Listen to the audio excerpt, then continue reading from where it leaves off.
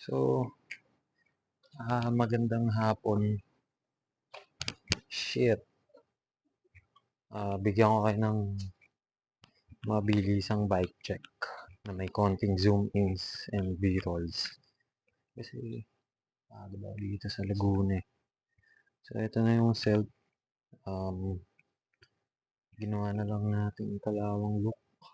Bakal. Tapos, salamat nga pala kay Lat para sa 28C. So, ito yung mga nakikita natin sa Decathlon na Tri-Band Protect. 700 by 28C. Ano pa ba? Napalitan ko na yung rims ng Submit Evo 3.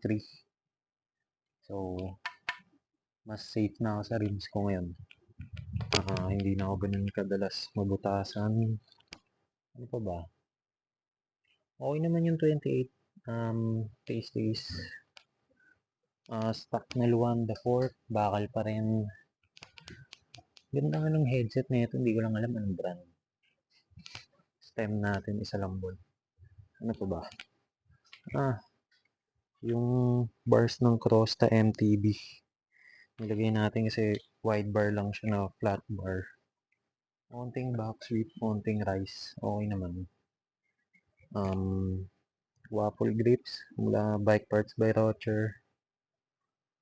Stock XJ hub pa rin with 18 teeth by 48. Set crankset V2 ata ito pag ganito eh. Tapos Decathlon toe cage. Solid pa rin, di ako binibigo. Napaka-solid niyan. So, yun lang, napaka-simpleng build. Crosta na saddle galing sa MTB. Tamang switch up lang. So, napaka-solid niya ito.